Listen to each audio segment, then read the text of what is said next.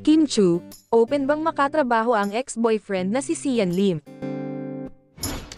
Kim version 3.0, hindi siya takot to try new things. Kasi marami namang mga bagay na nag-hold back sa atin. Now,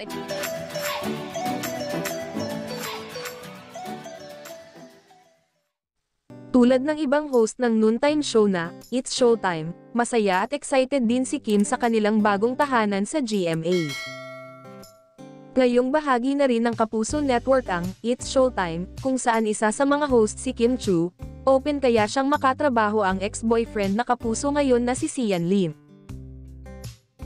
Bukas nga ba si Kim Chu sa posibilidad na makatrabaho si kapuso actor Sian Lim matapos ang kanilang hiwalayan? Sa eksklusibong panayam ng GMA Integrated News sinagot ni Kim ang tungkol sa bagay na ito.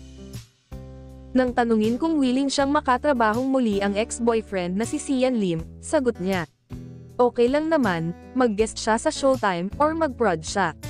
Hindi naman kami magkaaway, saad ni Kim.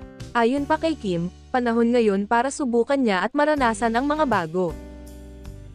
Isiniwalat din ni Kim ang mga GMA artist na bet niyang makatrabaho gaya nina Marian Rivera, Barbie Forteza, Jeneline Mercado, Dennis Trillo, at Ruro Madrid.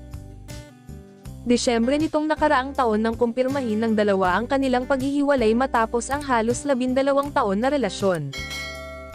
Bago ito, matatanda ang binura ni Sian ang mga YouTube videos niya kasama ang ngayoy ex-girlfriend. Sinabi din ni Kim Chu na wala na siyang balita tungkol sa usap-usapang bagong relasyon ng kanyang ex-boyfriend.